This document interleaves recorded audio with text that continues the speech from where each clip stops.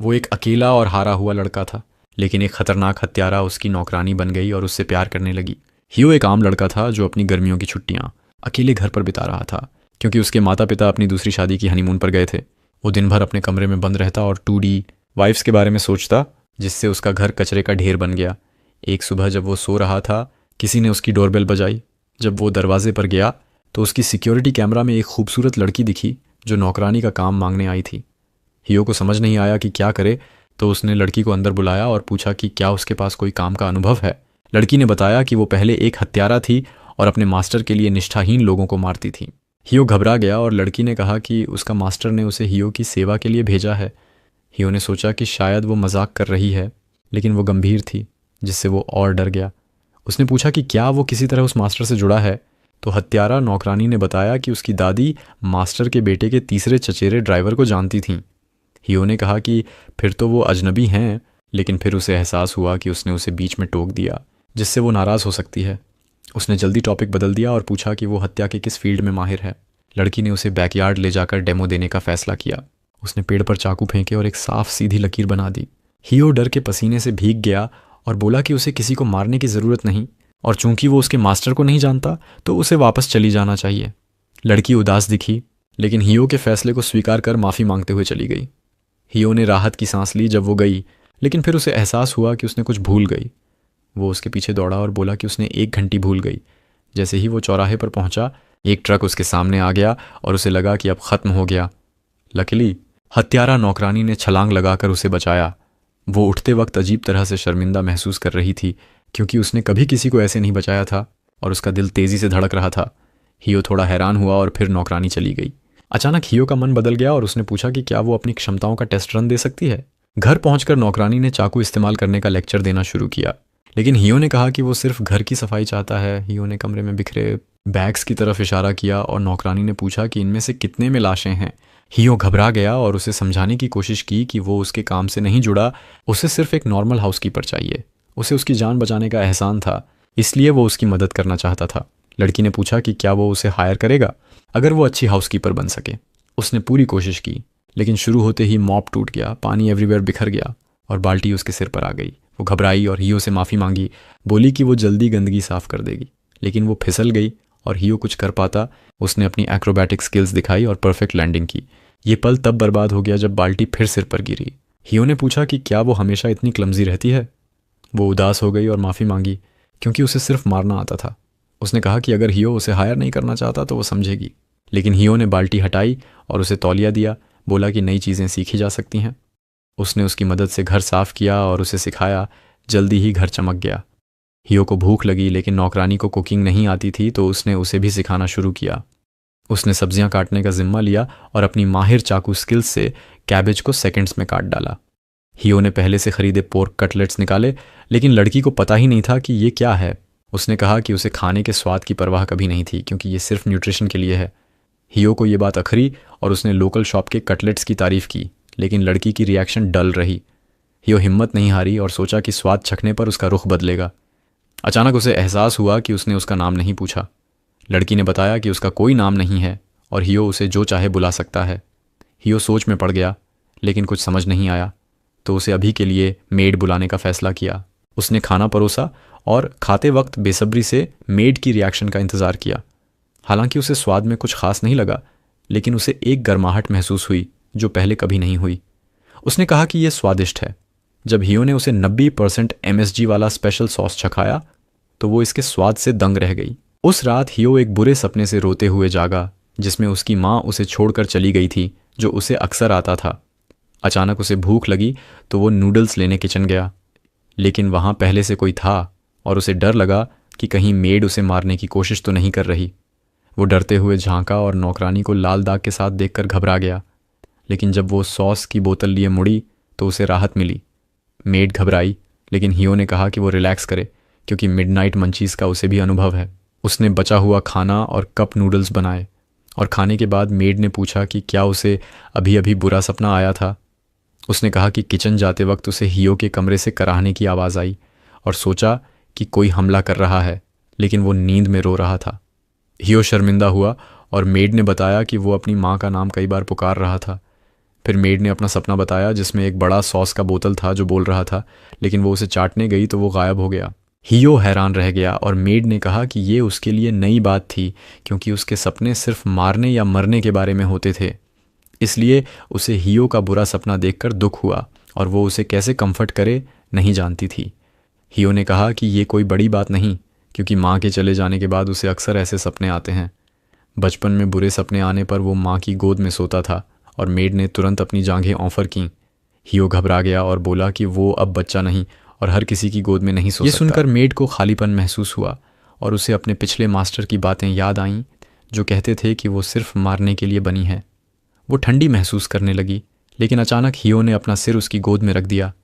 Made को गर्मी महसूस हुई और उसने कहा कि वो जितना चाहे सो सकता है। अगले दिन मेड ने कचरा काट कर उसे साफ करने की कोशिश की और हियो प्रभावित हुआ। जब हियो कचरा फेंकने बाहर गया तो उसे दरवाजे पर एक पिल्ला मिला जिसे कोई छोड़ गया था। हियो गुस्सा हो गया और सोचा कि क्या उसका घर हर तरह के आवारा जानवरों का अनाथालय है।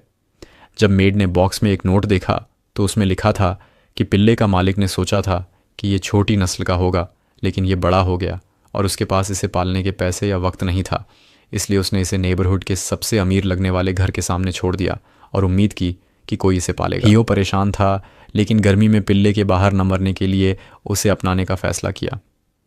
मेड को ये बातें पुराने ट्रॉमा की याद दिला गईं और उसने कहा कि बिना सोचे किसी की जान बचाना हमेशा सही नहीं होता। जो लोग छोड़े जाते हैं उन्हें खुद मजबूत होना चाहिए। उसने हियो को चेतावनी दी कि अगर वो पिल्ले पर दया दिखाएगा तो उसे पछतावा हो सकता है। हियो ने कहा कि वो ऐसी बातों पर ज़्यादा दर्शन नहीं करता। उसने पिल्ले को गोद में उठाया और पूछा कि क्या मेड ने उसे कल दया से बचाया या ये उसका इंसान का फितरत था। उसने कहा कि इंसान की फितरत होती है कि वो जिसे बचा सकता है उसे बचाए, और पिल्ले को अंदर ले गया। हियो को पिल्ला क्यूट और फ्लफ़ी लगा और उसने मेड से पूछा कि क्या वो भी इसे पकड़ेगी। उसने मना कर दिया और दूर हट गई। हियो ने पूछा कि क्या उसे कुत्तों से डर लगता है, और वो शर्मिंदी में हाँ कहा। उसने कहा कि अगर हियो उसे ऑर्डर देगा तो डर के बावजूद वो पिल्ले को पकड़ेगी। हियो ने कहा कि उसे मजबूरी नहीं करनी और पूछा कि उसे कुत्तों से डर क्यों लगता है। मेड ने बताया कि उसके मास्टर ने उसे हत्यारा बनाने के लिए जंगल में जंगली कुत्तों के साथ छोड़ दिया था, जिससे उसे ट्रॉमा हो गया। हियो ने कहा कि यह गंभीर समस्या है, क्योंकि वो पिल्ले को घर में रखना चाहता था और उम्मीद थी कि मेड मदद करेगी। ये बातें उसे हिला गईं और अपने नए मास्टर के लिए उपयोगी बनने के लिए उसने डर पर काबू पाने का फैसला किया। उसने पूछा कि क्या वो पिल्ले को पकड़ सकती है। हियो ने उसे पिल्ला दिया और मेड पुराने नोकिया फ़ोन की तरह कांपने लगी, जबकि पिल्ला उसके आर्म्स में आराम से था। हियो ने पूछा कि उसे डर किस बात का है, और उसने कहा कि इसके नुकीले नाखून और दांत। हियो ने कहा कि पिल्ला क्यूट और मासूम लगता है। अचानक पिल्ले ने उसकी उंगली चबानी शुरू कर दी और वो इतना घबरा गई कि उसे खिड़की से फेंकने वाली थी। लकीली हियो ने उसे रोका और पिल्ले को ले लिया, जबकि मेड ज़मीन पर सांस ले रही थी। पिल्ला ने हियो की उंगलियां भी चबानी शुरू की और उसे एहसास हुआ कि इसके दांत खुजली कर रहे हैं। उसने पिल्ले को पेट शॉप ले जाकर चेक कराया और ज़रूरी सामान खरीदा। घर लौटते वक्त हियो ने मेड को शॉपिंग में मदद के लिए धन्यवाद दिया। अचानक उसने कहा कि उसे हियो जैसा नेक इंसान कभी नहीं देखा, क्योंकि उसके ऑर्डर उसे अजीब लगते हैं। उसका पिछला काम लोगों को मारना था, जहां फेल करना मना था, लेकिन हियो ने उसे गलतियां करने के बावजूद अच्छा व्यवहार किया। उसने पूछा कि वो कैसे ज़्यादा उपयोगी बन सकती है और क्या वो उसके साथ फिट होती है। इससे पहले हियो जवाब दे पाता, पिल्ला दौड़ पड़ा, लेकिन हियो ने उसे पकड़ लिया। उसने मेड को कहा कि शायद वो हत्यारा बनना छोड़ना चाहती थी और नॉर्मल ज़िंदगी जीना चाहती होगी। ये उसका मौका है, तो उसे ज़्यादा सोचने की ज़रूरत नहीं। मेड को एहसास हुआ कि हत्यारा बनते वक्त उसने कभी सोचा नहीं कि ये छोड़ दे। मारना ही उसकी ज़िंदगी थी और वो बेकार समझती थी अगर रुकती। अचानक हियो ने उसे सूरज डूबने का नज़ारा दिखाया और वो सोचने लगी कि हियो के साथ रहकर उसे अपनी असली चाहत समझ आएगी। हियो ने कहा कि जब वो पहली बार आई थी तो उसे डर लगा था, क्योंकि उसने असल हत्यारे नहीं देखे थे, लेकिन उसे जानने के बाद एहसास हुआ कि वो दिल से अच्छी है। ये सुनकर मेड को वो वक्त याद आया जब वो नॉर्मल लड़की थी और माता पिता उसकी तारीफ करते थे। उसने पूछा कि वो फिर से नॉर्मल कैसे बने, और हियो ने सलाह दी कि नई चीज़ें सीखते वक्त गलतियां होना आम है, तो उसे बोझ नहीं बनाना चाहिए। बाद में मेड ने डिनर की तैयारी शुरू की और कैबेज नॉर्मल तरीके से काटा। अचानक पिल्ला आया और उसके पैरों से रगड़ने लगा। मेड घबरा गई और सोचा कि वो पीछे से हमला कर रहा है, तो चाकू उसकी तरफ कर दिया। लेकिन जब पिल्ला कांप कर गिर गया तो उसे एहसास हुआ कि वो भूखा था।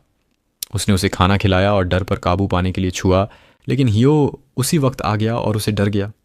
हियो को खुशी हुई कि मेड ने पिल्ले को खिलाया और उसने धन्यवाद दिया। उसने पिल्ले को सहलाया और उसकी फ्लफी फर देखकर उसे मचाई नाम दिया। सबको नाम पसंद आया। हियो ने बिना वजह इमोशन दिखाया कि मेड अब बेहतर काम कर रही है। ये तारीफ सुनकर मेड को खुशी हुई और उसने पिल्ले की देखभाल करने की पेशकश की अगर हियो बिजी हो। हियो को उसकी फोबिया की चिंता थी, लेकिन मेड ने कहा कि नॉर्मल बनने के लिए उसे डर से लड़ना होगा। हियो ने उसकी हिम्मत देखी और उसे मचाई को सहलाने में मदद की।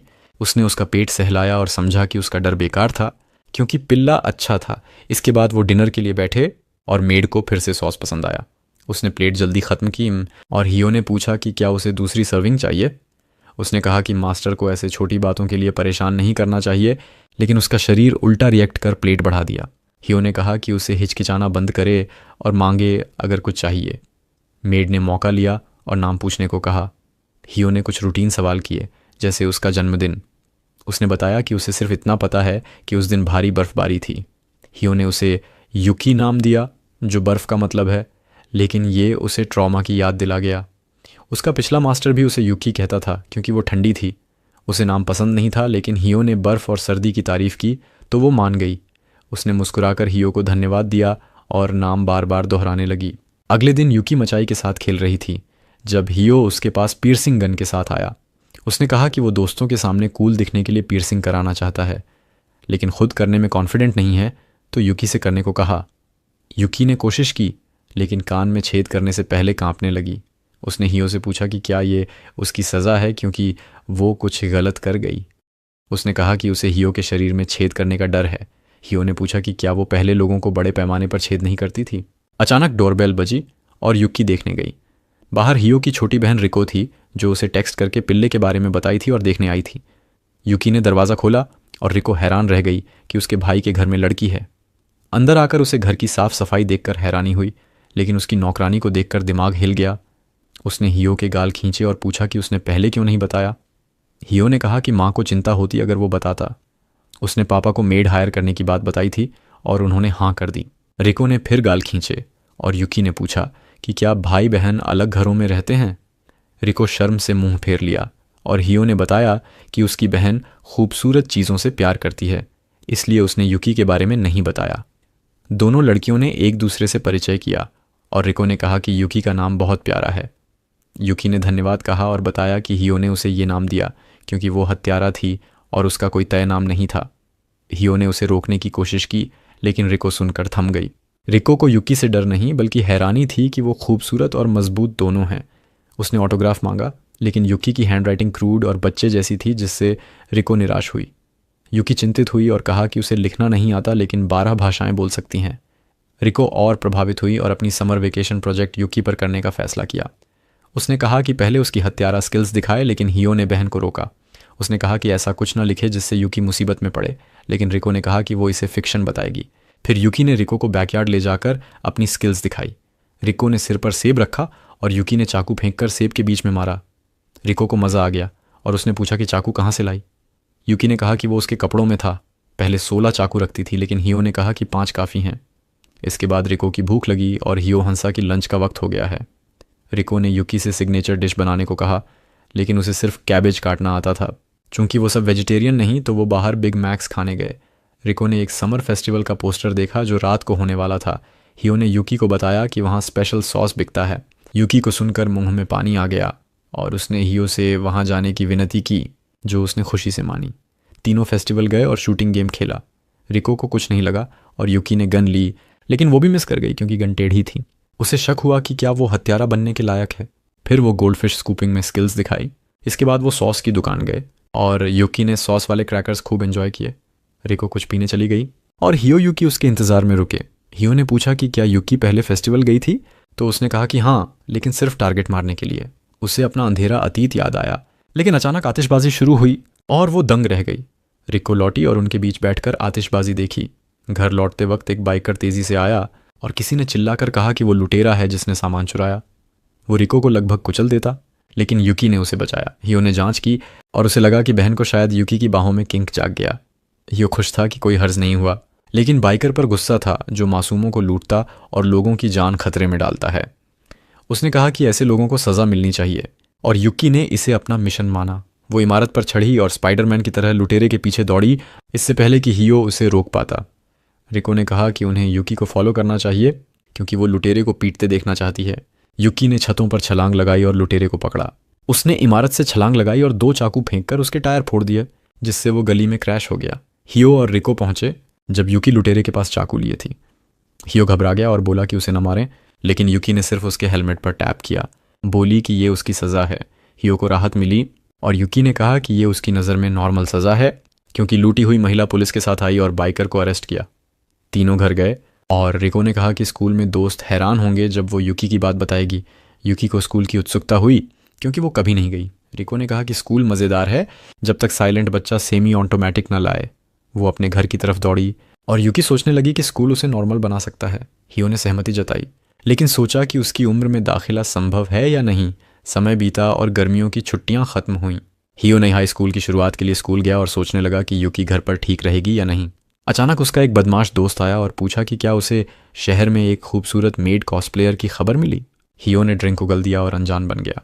दोस्त ने कहा कि उसने लाइब्रेरी में उस मेड को देखा और हियो को हैरानी हुई कि युकी वहाँ क्यों जाती है। तभी टीचर क्लास में आया और बोला कि उनके पास नया ट्रांसफ़र स्टूडेंट है, जो कोई और नहीं युकी थी। हियो हैरान रह गया। टीचर ने उसे हियो का चचेरा भाई बताया और उसके सामने बिठाया। युकी ने मुड़कर कहा कि वो अपने मास्टर के साथ पढ़ाई के लिए उत्साहित है और क्लास में सारे जलने लगे। दिन हियो के लिए मुश्किल रहा और स्कूल के बाद रिको आई तो वो पत्थर बन चुका था। उसे एहसास हुआ कि रिको ने सब प्लान किया। रिको खुशी से कूद पड़ी और बोली कि ये उसका सरप्राइज़ था। हियो निराश था, लेकिन रिको ने कहा कि युकी बहुत तेज़ी से सीखती है। रिको ने बताया कि युकी ने 3 दिन में बेसिक्स सीख लिए। हियो को और सवाल थे, जैसे युकी का दाखिला कैसे हुआ और क्यों उसे चचेरा भाई बनाया। युकी ने कहा कि रिको का आइडिया था चचेरा भाई बनने का, ताकि उसकी बैक स्टोरी मजबूत हो। दाखिला के लिए उसने अंडरवर्ल्ड के कनेक्शन यूज़ किए और रिको ने हियो को न बताने को कहा ताकि उसकी रिएक्शन मज़ेदार हो। हियो ने रिको को डांटा और युकी चिंतित हुई कि वो नाराज़ है। हियो ने कहा कि वो नाराज़ नहीं, बस शौक में है और अब से हाई स्कूल ज़िंदगी साथ एंजॉय करेंगे। अगले दिन लंच ब्रेक शुरू होते ही स्टूडेंट्स कैंटीन की तरफ दौड़े, क्योंकि वहाँ हर हफ्ते एक दिन कत्सूडा ब्रेड बिकता था। युकी को ये जानकर उत्सुकता हुई और हियो ने बताया कि कत्सूडा बेकरी मशहूर है और स्कूल का उससे टाई अप है। ये रेयर होने की वजह से कम टुकड़े होते हैं और सब पहले पहुंचने की होड़ में रहते हैं। हियो ने उसे ब्रेड के वर्जन बताए, जिसमें एक में डिलीशियस सॉस था। ये सुनकर युकी तैयार हो गई और कहा कि वो दोनों के लिए ब्रेड लाएगी। हियो ने कहा कि क्लास कैंटीन से दूर है तो मुश्किल होगा, लेकिन युकी रुकने को तैयार नहीं थी। वो खिड़की से कूद गई और छत पर पहुंची। हियो ने उसे रोकने की कोशिश की, लेकिन उसकी हिम्मत देखकर हार मान लिया। युकी रेलिंग पर दौड़ी, पूरी फोकस ब्रेड स्टोर पर थी। हियो को रिको की डिज़र्ट के पीछे भागने की याद आई और सोचा कि लड़कियां कुछ खाने के लिए रुकती नहीं। तभी उसे हार्डकोर कत्सूडा फैंस का ग्रुप दिखा और डर लगा कि युकी से टक्कर हो सकती है, लेकिन युकी ने शॉर्टकट लिया और एक बिल्डिंग से दूसरी पर छलांग लगाई। रेलिंग पर बैलेंस बनाकर नीचे उतरी और ब्रेड स्टोर के सामने पहुंची। युकी खूबसूरती से अंदर आती है और अपने लिए स्टफ्ड ब्रेड और हियो के लिए सैंडविच ऑर्डर करती है, लेकिन जब वह हियो के पास लौटती है तो उसे निराशा होती है, क्योंकि दुकान की महिला ने कहा कि एक व्यक्ति सिर्फ एक ब्रेड ही ले सकता है। वह हियो से माफ़ी मांगती है क्योंकि उसने स्टफ्ड ब्रेड ले ली और उसके लिए कैफेटेरिया से साधारण स्टफ्ड ब्रेड लाई। हियो कहता है कि वह साधारण ब्रेड खाएगा और युकी मिकले उसे कत्सूदा ब्रेड ऑफर करती है। वह मना कर देता है क्योंकि उसे पहले खाया है और उसे लगता है कि यह अनफेयर होगा अगर वह खाए और युकी, जो इसे चाहती थी, नहीं खाए। युकी बहुत खुश होती है और स्टफ्ड ब्रेड खाना शुरू कर देती है और हियो उसे देखकर खुश हो जाता है। अचानक युकी ब्रेड का एक टुकड़ा तोड़कर उसे खिलाने की कोशिश करती है और हियो घबराने लगता है जब वह इसे उसके गले में ठूंस देती है। उस रात रिको हियो के घर आती है और युकी के साथ रात बिताने की योजना बनाती है। वह हियो को बताती है कि उसे हमेशा से एक बड़ी बहन चाहिए थी और एक समय तो उसने हियो को लड़की समझा था। हियो उसे अपनी कल्पना पर काबू रखने को कहता है। रिको कहती है कि उसे एक बेहतर आइडिया सूझा है, युकी को उसकी बड़ी बहन बनाना। वह कहती है कि हियो को युकी से शादी करनी चाहिए ताकि वह परिवार में आ सके, जो हर किसी के लिए परफेक्ट अंत होगा। हियो घबराने लगता है जब रिको कहती है कि युकी उसे पसंद करती है। हियो इसका इनकार करता है, लेकिन रिको कहती है कि उसे लड़कियों की भावनाएं समझ नहीं आएंगी, पर उसे साफ दिखता है कि युकी कभी भी अपने दिल की बात कह सकती है। रिको कहती है कि उनकी मम्मी शायद शादी के लिए मान जाएंगी, लेकिन पापा के बारे में उसे शक है। तभी युकी वहाँ आती है और पूछती है कि कौन शादी करने वाला है। हियो घबरा जाता है, लेकिन रिको बिना हिचकिचाए कहती है कि उसे युकी से अपने भाई की शादी देखनी है। वह युकी से पूछती है कि क्या उसे हियो पसंद है और युकी हाँ कहती है। बताती है कि वह उसे बहुत एडमायर करती है। हियो अपना दिमाग खोने के कगार पर पहुंच जाता है, लेकिन रिको विषय बदल देती है और कहती है कि उसे फल खाने हैं। वे बाहर फल खाने और ताज़ी हवा का मज़ा लेने चले जाते हैं, जहाँ रिको फिर से हियो और युकी को जोड़ने की बात शुरू कर देती है। वह कहती है कि जब हियो 18 का हो जाएगा तो कानूनी तौर पर युकी उससे शादी कर सकती है क्योंकि वह उससे बड़ी है। युकी थोड़ा घबरा जाती है क्योंकि उसे शादी का मतलब नहीं पता, लेकिन रिको कहती है कि ये कुछ ऐसा नहीं है जो वह हैंडल नहीं कर सकती। हियो अपनी बहन को चुप कराने की कोशिश करता है, लेकिन रिको पूछती है कि क्या उसे एक खूबसूरत और डिपेंडेबल लड़की जैसे युकी से शादी करने में खुशी नहीं मिलेगी। हियो शर्मा जाता है क्योंकि वह इनकार नहीं कर सकता, और रिको कहती है कि उसका पॉइंट साबित हो गया। अगले स्कूल के दिन हियो नींद में है क्योंकि रिको ने पूरी रात उन्हें जगा रखा था। अचानक टीचर उसे सोता देखती है और चौक फेंककर उसके सिर पर मारती है, लेकिन युकी अपनी स्किल्स से उसे तेज़ी से 2 हिस्सों में काट देती है। हालांकि यह प्लान उल्टा पड़ता है क्योंकि चौक के दोनों टुकड़े हियो की आंखों पर लगते हैं और युकी घबरा जाती है। उसे लगा था कि जैसे फिल्मों में होता है ये उसके सिर से चूक जाएगी। टीचर और क्लास के बाकी लोग भी हैरान हैं क्योंकि उन्हें समझ नहीं आता कि चौक कैसे 2 हिस्सों में बंट गई। हियो अपनी आंखें चेक करवाने इन्फर्मरी जाता है और वहाँ एक खूबसूरत नई नर्स देखकर हैरान हो जाता है। वह खुद को निदा कहकर पेश करती है और हियो की आंखें चेक करने लगती है। वह हियो से उसका युकी के साथ रिश्ते के बारे में पूछती है। हियो घबराते हुए कहता है कि युकी उसकी कज़न है और निदा हंसते हुए कहती है कि वे एक जैसे बिल्कुल नहीं लगते। वह कहती है कि हियो उसका टाइप है और हियो जवाब नहीं दे पाता। निदा चेकअप ख़त्म करती है और कहती है कि उसकी आंखों को नुकसान नहीं हुआ। फिर वह अचानक दरवाज़ा लॉक करती है और हियो को बेड पर धकेल देती है। कहती है कि वह उसके पूरे शरीर की जांच करेगी। हियो घबराता है जब निदा उसके ऊपर चढ़ती है और कहती है कि वह उसे बेस्ट फर्स्ट टाइम देगी। हियो चिल्लाता है कि यहाँ तो सबसे घटिया कॉर्न वीडियो में भी इमोशनल डेवलपमेंट है, लेकिन निदा परवाह नहीं करती और उसे चूमने ही वाली होती है जब दरवाज़ा टूट जाता है और युकी अंदर आती है। वह हियो की तलाश में थी क्योंकि क्लास ख़त्म होते ही उसे चिंता हुई थी। वह हियो को दूसरी औरत के नीचे देखकर हैरान हो जाती है। हियो उसे देखकर राहत महसूस करता है और उसके पीछे छिप जाता है। युकी निदा से पूछती है कि वह क्या कर रही थी और निदा कहती है कि यह सिर्फ एक प्रैंक था जो वह क्यूट लड़कों के साथ करती है। हियो उसे नहीं मानता क्योंकि वह लगभग ख़त्म होने वाला था, लेकिन निदा उसकी चिंता को नज़रअंदाज कर देती है। वह उसे आई ड्रॉप्स लेने को कहती है, लेकिन हियो उससे मिलने में हिचकिचाता है। निदा उसे चिढ़ाती रहती है। फिर अचानक युकी उसे अपनी ओर खींच लेती है। वह निदा से कहती है कि हियो से दूर रहे और हियो शर्मा जाता है जब उसे एहसास होता है कि युकी जल गई थी। युकी हियो को नर्स के ऑफिस से बाहर ले जाती है जहां निदा दोनों को प्रॉब्लम होने पर आने को कहती है। युकी हियो का हाथ छोड़ती नहीं जब तक वे एक शांत जगह नहीं पहुंचते। फिर वह माफ़ी मांगती है कि उसने उसे खींचा।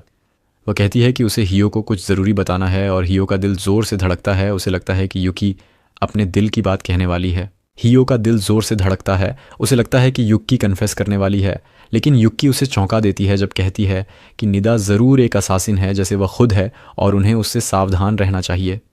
वह बिल्कुल सही है क्योंकि निदा सचमुच एक असासिन है जिसके बड़े बड़े सपने हैं। वह हैंडसम और मस्कुलर मॉडल्स का हार्म बनाना चाहती है और ग्रीस में शानदार ज़िंदगी बिताना चाहती है। इसके लिए वह असासिन बनी और कई लोगों को मारा। अब उसका आखिरी मकसद पूरा होने वाला है। उसका मौजूदा मिशन युकी को ख़त्म करना है, जिसके बाद उसे इतने पैसे मिल जाएंगे कि वह अपनी ज़िंदगी जी सके। दूसरी ओर हियो घर पर सोने की कोशिश कर रहा है, लेकिन युकी की नज़रों के कारण यह मुश्किल हो रहा है। वह उसे चैन से सोने देने को कहता है, लेकिन युकी मना कर देती है क्योंकि उसे डर है कि निदा सोते वक्त उसे नुकसान पहुंचा सकती है। वह कहती है कि उसे सतर्क रहना होगा ताकि वह ख़तरनाक औरत ना आए। हियो कहता है कि उसकी नज़रों के सामने वह सो नहीं सकता। युकी का एक आइडिया आता है और वह बेड पर हियो के साथ लेट जाती है। हियो घबराने लगता है और कंबल में छिप जाता है क्योंकि उसे अपनी भावनाएं काबू में नहीं आ रही हैं। वह युकी से कहता है कि उसे अपनी चिंता से ज़्यादा उसकी चिंता है। उसे शक है कि निदा युकी की जान के पीछे हो सकती है। युकी इस बात पर गौर करने लगती है और कहती है कि उसे ज़्यादा चिंता न करे क्योंकि वह निदा जैसे इंसान को आसानी से हरा सकती है। वह सोचने लगती है कि निदा को उसका पता कैसे चला और उसे एहसास होता है कि उसका अतीत उसे पकड़ रहा है और उसने हियो को भी इसमें फंसा दिया। वह अचानक उसका हाथ पकड़ती है और कहती है कि उसे किसी बात की चिंता न करे, वह उसे हर कीमत पर सुरक्षित रखेगी। हियो शर्मा जाता है और उठकर कहता है कि उसे भी युकी की सलामती चाहिए, भले ही वह इसके लिए कुछ न कर सके। वह अचानक खिड़की खोलने की कोशिश करता है, लेकिन युकी कहती है कि वह करेगी क्योंकि स्नाइपर्स का खतरा हो सकता है। जैसे ही वह खिड़की खोलती है उसे अपनी पसंदीदा सॉस की खुशबू आती है और वह सोचने लगती है कि यह कहाँ से आ रही है। वह इस स्वादिष्ट गंध को ढूंढने में खो जाती है। तभी निदा की आवाज़ सुनाई देती है कि उसका ध्यान भटक गया। कैटवुमन कॉस्प्लेयर निदा कमरे में घुस गई थी जब युकी डिस्ट्रैक्ट थी और अब हियो उसके कब्जे में है। निदा कहती है कि युकी घर गृहस्थी में इतनी डूब गई है कि वह इतने आसान जाल में फंस गई। निदा पूछती है कि क्या युकी वही मशहूर assassin white wolf of the dragons 9 है। युकी चाकू निकालती है, लेकिन निदा उसे रुकने को कहती है क्योंकि वह हियो की आंखें निकाल देगी। इससे पहले कि वह कुछ करे, युकी से एक खतरनाक आभा निकलती है और वह चीनी में बोलने लगती है। वह निदा को धमकी देती है कि अगर उसने हियो को नुकसान पहुंचाया तो वह उसे इतना पछताएगी कि वह मौत मांगेगी। निदा डर जाती है और हियो को नुकसान पहुंचाने से पीछे हट जाती है। वह कहती है कि उसका युकी से ही काम है क्योंकि उसे मारने का ऑर्डर मिला है, लेकिन वह जानती है कि उनके स्किल्स में फ़र्क बहुत है और बिना हॉस्टेज के वह युकी से नहीं जीत सकती। इसलिए निदा हियो को अपने साथ ले जाने का फैसला करती है और युकी को रात 2 बजे स्कूल ग्राउंड में मिलने को कहती है अगर वह उसे जिंदा चाहती है। निदा चली जाती है और युकी अपनी टीचर की बातें याद करती है जिन्होंने कहा था कि वह हमेशा एक खूनी असासिन ही रहेगी जिसका मकसद सिर्फ लोगों को मारना है। युकी मानती है कि यह सच है और सोचती है कि वह अब नॉर्मल जिंदगी जीने के भ्रम को छोड़ देगी। वह निदा को मारने, सारे सबूत मिटाने और हियो की सलामती सुनिश्चित होने के बाद देश छोड़कर असासिन के तौर पर काम करने की योजना बनाती है। लेकिन उसे याद आता है कि हियो चाहता था कि वह सुरक्षित रहे और उसके साथ रहे और उसे भी यही चाहिए। दूसरी ओर निदा हियो को स्कूल ले गई है और उसे अपने पर्स में रखे बंधन उपकरणों से बांध दिया है। हियो इस स्थिति में बिल्कुल शांत है और निदा पूछती है कि क्या उसे डर नहीं लगता कि वह कभी भी मर सकता है और यह सब युकी की वजह से होगा। वह पूछती है कि क्या वह अब युकी से नफरत करता है। हियो कहता है कि हालांकि उसे डर लग रहा है लेकिन उसे यकीन है कि युकी उसे बचा लेगी। निदा प्रभावित होती है कि वह इस हालत में भी ऐसा कह सकता है और बताती है कि उसे हियो को इस जंग में नहीं घसीटना था, लेकिन उसे युकी जैसे खतरनाक असासिन से लड़ने के लिए ऐसा करना पड़ा। हियो पूछता है कि युकी कौन है और निदा पूछती है कि क्या उसे उसका असली नाम नहीं पता जो अंडरवर्ल्ड में मशहूर था। निदा कहती है कि युकी सिर्फ असासिन नहीं, एक मॉन्स्टर थी। अंडरवर्ल्ड में कई खतरनाक लोग थे, लेकिन युकी एक अलग स्तर की थी, एक ठंडी बेरहम किलर जो इमोशन दिखाए बिना लोगों को मारती थी। युकी ड्रैगन्स 9 में नंबर 4 थी, जो दुनिया के सबसे बड़े असासिन्स का ग्रुप था। निदा बताती है कि ड्रैगन्स 9 दुनिया भर से टैलेंटेड लोगों को चुनती है और उन्हें मास्टर असासिन बनाती है। इतने पावरफुल होने की वजह से उनके दुश्मन भी बहुत हैं और उनकी कीमत सिर पर लगी है। निदा कहती है कि अगर वह युकी को मार देगी तो उसे ढेर सारा पैसा और नाम मिलेगा, जिससे उसे और बड़े जॉब्स मिलेंगे। हियो उसकी महत्वाकांक्षा से प्रभावित नहीं होता और पूछता है कि क्या वह वही युकी की बात कर रही है जो 16 साल की लड़की है, जो एक पल ठंडी है और अगले पल सब कुछ चेहरे पर दिखा देती है। निदा चिल्लाती है कि उसे यकीन है कि युकी वही असासिन जू है क्योंकि वह पिछले हफ्तों से उसकी जासूसी कर रही है। वह सोचने लगती है कि हियो आम इंसान नहीं है क्योंकि कोई इस हालत में इतना शांत नहीं रह सकता। ऊपर से उसने युकी के पत्थर जैसे दिल को पिघलाया और अब निदा को लगता है कि हियो में कुछ खास है, बस वह इसे अपने फ़ायदे के लिए इस्तेमाल करना चाहती है क्योंकि उसे पता है कि युकी उसे बचाने के लिए सब कुछ करेगी और कमज़ोर पड़ जाएगी। जैसे ही घड़ी 2 बजती है, युकी वहाँ पहुँचती है और निदा की ओर दौड़ती है। निदा गोली चलाती है लेकिन युकी उसे आसानी से काट देती है। निदा तुरंत अपने अगले प्लान पर स्विच करती है और ज़मीन पर गोली चलाकर ट्रिप माइन चला देती है। युकी को तब एहसास होता है जब माइन फट जाता है और धमाका हो जाता है। निदा हंसती है, सोचती है कि वह जीत गई और हियो डर जाता है, लेकिन युकी सुरक्षित है और धुएं के बीच निदा पर हमला करती है जो उसे मुश्किल से रोक पाती है। निदा युकी को ताने मारती है कि अगर वह हियो को अपना अतीत बताएगी तो वह उसे अपने पास नहीं रखेगा। युकी निदा की बातों को नज़रअंदाज करती है और कहती है कि वह चुप हो जाए क्योंकि हियो को कल स्कूल जाना है और देर रात जागने से उसे नींद आएगी। निदा चिल्लाने लगती है क्योंकि कोई उसकी बात को गंभीरता से नहीं ले रहा और कहती है कि अगर युकी चुप नहीं रही तो वह हियो के सारे अंक काट देगी। वह अपने स्मार्टफोन पर बटन दबाती है और हियो के दोनों हाथों और पैरों पर लेज़र निशाना लग जाता है। निदा कहती है कि हर अंक पर स्नाइपर गन है और एक बटन दबाने से हियो सिर्फ धड़ रह जाएगा। वह युकी से हार मानने को कहती है लेकिन युकी बिना हिचक उसकी ओर दौड़ती है। निदा घबराहट में बटन दबाती है लेकिन युकी 4 चाकू निकालती है और लेज़र की रोशनी को मोड़कर गोलियां रोक देती है। निदा घबरा जाती है क्योंकि उसे यह उम्मीद नहीं थी। वह दूसरा ट्रैप चला सकती है लेकिन युकी का एक चाकू उड़कर उसका स्मार्टफोन तोड़ देता है। निदा चीखती है क्योंकि यह नया था और उसने इंश्योरेंस नहीं कराया था। युकी उसके पास आती है और डरी हुई निदा हियो पर गन तानती है लेकिन युकी उसे लात मारकर दूर कर देती है। वह निदा को ज़मीन पर पटक देती है और निदा सोचती है कि अब उसकी मौत होगी। निदा युकी को डिस्ट्रैक्ट करने की कोशिश करती है और कहती है कि वह कभी नॉर्मल ज़िंदगी नहीं जी सकेगी क्योंकि वह अभी भी असासिन है और कई लोग उसे मारने आएंगे। वह पूछती है कि क्या युकी उन्हें मारती रहेगी और फिर नॉर्मल ज़िंदगी का ढोंग करेगी। युकी कहती है कि वह अब किसी को नहीं मारेगी और न ही किसी की मौत की वजह बनेगी। वह हियो को बंधन से आज़ाद करती है और घर चली जाती है, जबकि निदा अभी भी हैरान है। उसे एहसास होता है कि युकी के बारे में सारी अफवाहें सही थीं और वह ऐसी है जो अपनी मंजिल के लिए नर्क तक जा सकती है। शुक्र है कि वह उसे मारना नहीं चाहती, वरना वह पहले ही मर गई होती। निदा हंसने लगती है कि वह दुनिया की सबसे खतरनाक असासिन से बच गई। दूसरी ओर हियो और युकी घर लौटते हैं। रास्ते में युकी हियो से माफ़ी मांगती है आज की घटना के लिए। वह कहती है कि अगर हियो चाहे तो वह उसकी ज़िंदगी से चली जाएगी ताकि वह सुरक्षित रहे। हियो उसकी उदास आवाज़ सुनकर उसका हाथ पकड़ता है और कहता है कि वह उसे सेल्फ डिफेंस सिखाए ताकि अगली बार वह उसकी मदद कर सके। युकी भावुक हो जाती है और वे खुशी खुशी घर लौटते हैं। अगले दिन स्कूल में लड़कियां वॉलीबॉल खेलती हैं और युकी अपनी ताकतवर सर्व से पॉइंट्स बनाती हैं। लड़के उसे साइड लाइन से देखते हैं और यकीन नहीं कर पाते कि इतनी परफेक्ट लड़की हियो से रिश्तेदार है। हियो को इस तुलना से निराशा नहीं होती क्योंकि उसने युकी की असली ताकत देखी है। उसे पिछली रात याद आती है जो किसी एक्शन मूवी जैसी लगी और सोचकर उसे अब भी रोंगटे खड़े हो जाते हैं। वह युकी के अतीत के बारे में उत्सुक है लेकिन उसे असहज नहीं करना चाहता, इसलिए पूछता नहीं। जल्दी ही खेल रुकता है और युकी हियो की ओर मुस्कुराती है जिससे सारे लड़के उससे जलने लगते हैं। वे उसे घूरने लगते हैं और हियो इसे इग्नोर कर देता है। तभी एक वॉलीबॉल उसके चेहरे की ओर आती है लेकिन लकीली कोई उसे रोक लेता है। हियो देखता है कि वह निदा है जिसने अपने बालों का रंग ब्लॉन्ड कर लिया है। वह हियो से फ्लर्ट करती है और पूछती है कि क्या वह ठीक है। हियो घबरा जाता है क्योंकि वह वही है जो उसे पिछले रात मारने की कोशिश कर रही थी और ऊपर से लड़के और जलने लगते हैं। निदा उसके पास बैठती है और कंधों को रगड़ते हुए कहती है कि वह उससे नाराज़ ना हो।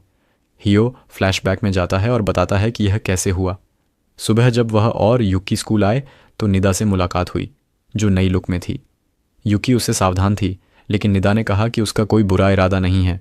उसने बताया कि वह अब स्कूल में नर्स नहीं रहेगी क्योंकि उसे नया किरदार बनाना है, एक नया फिजिकल एजुकेशन टीचर जो दूसरे शहर से आई है और हियो की कज़न है। हियो हैरान होकर कहता है कि वे एक जैसे नहीं लगते, लेकिन निदा कहती है कि उसे चिंता करने की ज़रूरत नहीं। वह बताती है कि वह जानकारी जुटाने और डिस्गाइज करने में माहिर है, लेकिन यह ब्लॉन्ड लुक उसका असली रूप है। युकी पूछती है कि वह यहाँ क्या कर रही है और निदा कहती है कि उसे मज़ेदार चीज़ें सबसे ज़्यादा पसंद हैं। उसे युकी को एक कमज़ोर लड़के की सेवा करते देखना मज़ेदार लगा, इसलिए वह स्कूल में रहकर उन्हें ऑब्जर्व करेगी। वह फिर कहती है कि उसका अब उनसे कोई दुश्मनी नहीं है और वादा करती है कि हियो को नुकसान नहीं पहुंचाएगी। लेकिन यह काफ़ी नहीं था, इसलिए उसने युकी को 3 महीने की कत्सुदा ब्रेड ऑफर की। युकी बिना हिचक मान जाती है और हियो को चिंता न करने को कहती है। वह कहती है कि उनके बिजनेस में बिना वजह सिविलियंस को नहीं मारा जाता और उसे लगता है कि निदा ने सबक सीख लिया है। अगर वह फिर कोशिश करेगी तो युकी उसे आसानी से हरा सकती है। इसी तरह वे निदा को सीक्रेटली ऑब्जर्व करने की इजाज़त दे देते हैं, लेकिन लगता है कि उसने सीक्रेट हिस्सा भूल गई। वह हियो से चिपकती है और कहती है कि उसे फिजिकल एजुकेशन टीचर की नौकरी पसंद नहीं, लेकिन यह सबसे आसान जॉब है। वह हियो के कान में गंदी बातें फुसफुसाती है जिससे वह घबराता है। युकी गुस्सा हो जाती है और गेंद मारते वक्त अपनी ताकत काबू नहीं रख पाती। गेंद जाल फाड़कर दीवार से टकराती है और युकी घबरा जाती है जब लड़कियां उसकी सुपर ह्यूमन ताकत का कारण पूछती हैं। इसके बाद हियो और युकी साथ में लंच करते हैं और युकी माफ़ी मांगती है कि उसने काबू खोया। हियो कहता है कि यह उसकी गलती नहीं थी। फिर युकी कहती है कि हालांकि उसे लगता है कि निदा का कोई बुरा इरादा नहीं, लेकिन हियो के करीब उसे देखकर उसे अजीब लगा। वह पूछती है कि क्या यह नॉर्मल है या वह अजीब बर्ताव कर रही है। हियो समझ जाता है कि युकी जल गई थी क्योंकि दूसरी लड़की उसके करीब आई थी। कुछ दिन बाद युकी घर के काम कर रही होती है और वॉशिंग मशीन खोलती है। जब उसे तौलिए साफ और सूखे मिलते हैं तो वह खुश हो जाती है। वह हियो को यह खुशखबरी देने दौड़ती है क्योंकि पिछले 1 महीने से वह उन्हें सही से धो नहीं पा रही थी। हियो उसकी तारीफ करता है और युकी काम फिर से शुरू कर देती है। हियो पूछता है कि रात के खाने में क्या हो और युकी कहती है कि शेडेड केबेज के साथ पोक कटलेट और स्पेशल सॉस बनाना चाहिए। हियो मान जाता है और उसे उस दुकान पर ले जाता है जहां से वह कटलेट खरीदता है। दुकान की बूढ़ी औरत हियो का ऑर्डर लेती है और युकी को देखती है जो खिड़की के शीशे से चिपकी सॉस की गंध सूंघ रही है। वह अचानक दुकान के बूढ़े आदमी को कटलेट काटते देखती है जो सामान्य रूप से कांपता है, लेकिन कटलेट काटते वक्त बिल्कुल शांत हो जाता है। युकी सोचती है कि वह भी कोई मास्टर असासिन होगा जो इतनी उम्र में इतना परफेक्ट काम कर सकता है। हियो उसकी कल्पना रोकना नहीं चाहता। बूढ़ी औरत पूछती है कि लड़की क्या बकवास कर रही है और हियो उसे कवर करने के लिए कहता है कि युकी उनकी सॉस की बड़ी फ़ैन है। औरत खुश हो जाती है और बताती है कि सॉस की रेसिपी उसकी है। युकी हैरान होकर पूछती है कि क्या वह भगवान है। वह औरत का शुक्रिया अदा करती है और बताती है कि सॉस उसके लिए कितना मायने रखती है। वह कहती है कि उसे खाने का स्वाद कभी नहीं आया जब तक कि उसने यह सॉस नहीं चखी। बूढ़ी औरत मुस्कुराती है और कहती है कि शायद युकी की ज़िंदगी में गर्माहट और खुशी की कमी थी जिसकी वजह से उसे खाने का स्वाद नहीं आता था। वह कहती है कि युकी को सॉस का स्वाद इसलिए आया क्योंकि वह खुश थी। युकी सोचती है कि यह सच हो सकता है क्योंकि हियो से मिलने के बाद उसे खुशी मिली। तभी दुकान का बूढ़ा आदमी उसके पीछे आता है और कंधे पर थपथपाकर कहता है कि वहाँ धूल थी। युकी चौंक जाती है क्योंकि उसे उसकी मौजूदगी का एहसास तक नहीं हुआ। अब उसे यकीन हो जाता है कि वह एक लेजेंडरी असासिन है और वह उसकी फ़ैन हो जाती है। इसके बाद वह ताज़ा सॉस चखती है और दुनिया की बेस्ट फीलिंग महसूस करती है। फिर वे घर लौटकर खाना खाते हैं। खाना खाने के बाद युकी बर्तन साफ कर रही होती है और हियो ड्रैगन्स 9 के बारे में गूगल पर सर्च करता है, लेकिन रिजल्ट्स में सिर्फ यह एक चीनी लीजेंड बताता है। वह सोचता है कि युकी से पूछे, लेकिन उसे अतीत से दूर रहने की कोशिश देखकर पीछे हट जाता है। वह सोफे पर सो जाता है और सपना देखता है कि उसकी मम्मी उन्हें छोड़कर जा रही है। वह रोता हुआ उसे रोकने की कोशिश करता है, लेकिन सपना टूटता है और वह युकी की बाहों में पाता है। उसे कुछ नरम चीज़ ठुड्डी से टकराती हुई महसूस होती है और युकी पूछती है कि क्या उसे फिर से मम्मी का बुरा सपना आया। हियो घबराता है और मना कर देता है, लेकिन अचानक उसका स्मार्टफोन गिर जाता है जिसमें क्रोम टैब खुला है। युकी देखती है कि वह उसके पुराने संगठन के बारे में सर्च कर रहा था और पूछती है कि क्या उसे जिज्ञासा है। हियो कहता है कि वह उसके बारे में जानना चाहता था। युकी कहती है कि वह ड्रैगन्स 9 के बारे में ज़्यादा नहीं बता सकती क्योंकि उसे खुद ज़्यादा पता नहीं। वह कहती है कि वह सिर्फ एक बिना दिमाग की किलर थी जो अपने काम पर फोकस करती थी ताकि उसे न छोड़ा जाए। वह बताती है कि अंधेरे में जीने से वह इतनी आहत है कि अब उसकी नई जिंदगी की साधारण चीज़ें उसे चमकदार लगती हैं। वह कहती है कि हियो के पास आने और नॉर्मल बनने का मौका पाकर खुश है। हियो कहता है कि उसे भी खुशी है कि युकी आई। वह शर्म से लाल हो जाता है और युकी उसे और बताने का फैसला करती है। वह कहती है कि उसने उसे गोद में सुलाने की कोशिश की थी क्योंकि पहले दिन ऐसा करने से उसे लगा कि वह उसकी मदद कर सकती है। हियो और घबराता है और बदले में कुछ बताने का फैसला करता है। वह कहता है कि उसका सपना बुरा शुरू हुआ था, लेकिन जब वह मम्मी के पीछे भागा तो रोशनी में युकी उसे बचाने आई जैसे एक परी। अगले दिन युकी अपने सारे काम निपटाती है और बाजार से सामान लाने जाती है। बाजार के सारे लड़के उसे घूरते हैं, लेकिन युकी बिना परवाह किए सामान चुनती है। दुकान का बूढ़ा उसे मदद करता है। तभी एक लड़की युकी के पास आती है और नर्वस होकर कहती है कि वह उसे लंबे समय से देख रही थी और उसे बहुत खूबसूरत और कूल लगती है। युकी को तारीफ सुनकर खुशी होती है और लड़की कहती है कि वह भी उसकी तरह बनना चाहती है। वह पूछती है कि उसने ये यूनिफॉर्म कहाँ से ली क्योंकि ये नॉर्मल लोग नहीं पहनते और उसे भी चाहिए। युकी चौंक जाती है क्योंकि लड़की ने कहा कि नॉर्मल लोग मेड यूनिफॉर्म नहीं पहनते। तभी हियो वहाँ आता है क्योंकि उसे मैगज़ीन खरीदनी थी। युकी उसे देखकर पूछती है कि क्या मेड यूनिफॉर्म नॉर्मल नहीं है। हियो सच बताता है और अगले रविवार वे शॉपिंग के लिए निकलते हैं। रिको शॉपिंग कॉम्प्लेक्स में पहले से इंतज़ार कर रही होती है, लेकिन हियो को हैरानी होती है कि निदा भी वहाँ है। वह पूछता है कि वह क्या कर रही है और निदा कहती है कि उसने उसके कमरे में बग लगा रखा था और उनके प्लान के बारे में पता चला। हियो उसे भगाने की कोशिश करता है, लेकिन निदा कहती है कि युकी के लिए कपड़े चुनने में उसे एक्सपर्ट सलाह चाहिए। रिको उत्सुक हो जाती है और पूछती है कि क्या ये कूल और मैच्योर औरत भी असासिन है। निदा हाँ कहती है और अपने मार्शमैलो से रिको को चौक करती है। रिको को एक नया शौक जाग जाता है और वह युकी के लिए एक स्टोर बताती है। वे एक कॉस्प्ले स्टोर में जाते हैं और रिको युकी को एक और आकर्षक मेड यूनिफॉर्म ट्राई करने को कहती है।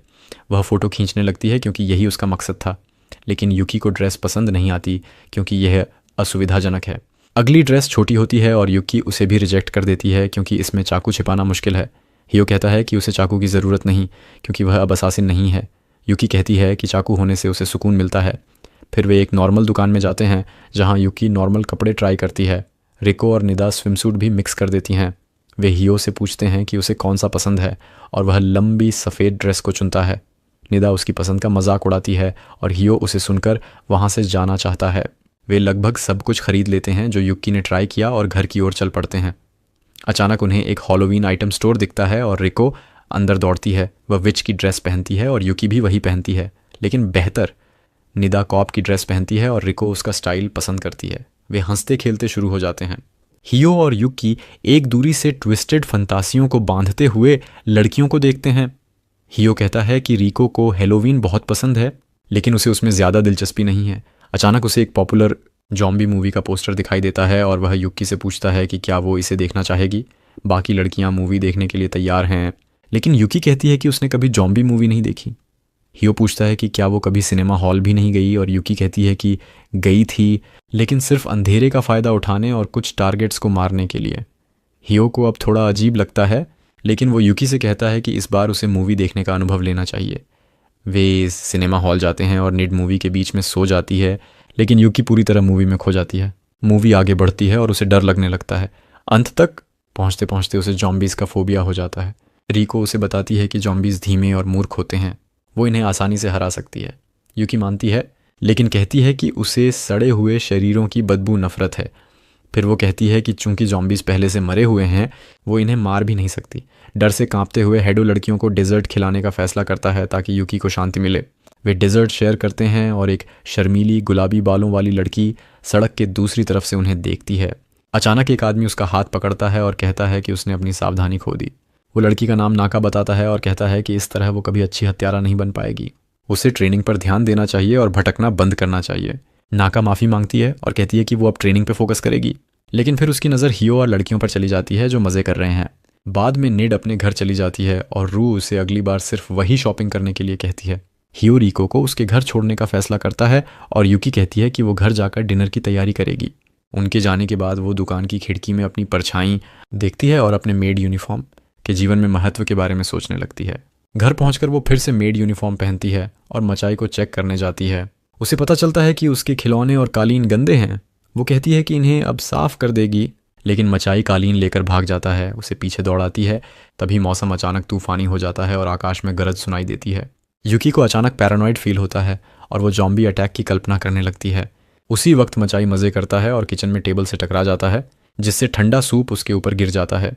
यूकी उस आवाज़ से और डर जाती है और जब मचाई उसके पास गंदले तौलिए के साथ आता है, वो घबराकर उसे जॉम्बी समझकर हमला कर देती है। हियो घर लौटता है और देखता है कि यूकी ने अपने पैरानॉइड की वजह से मचाई का तौलिया फाड़ दिया है और अब कुत्ता उदास है। यूकी माफ़ी मांगती है और वादा करती है कि तौलिया ठीक कर देगी। हियो को लगता है कि ये मुमकिन नहीं, लेकिन वो कहता है कि जो चाहे कर ले। वो नोटिस करता है कि यूकी फिर से मेड यूनिफॉर्म पहन चुकी है और पूछता है कि क्या उसे खरीदी गई कपड़े पसंद नहीं आए।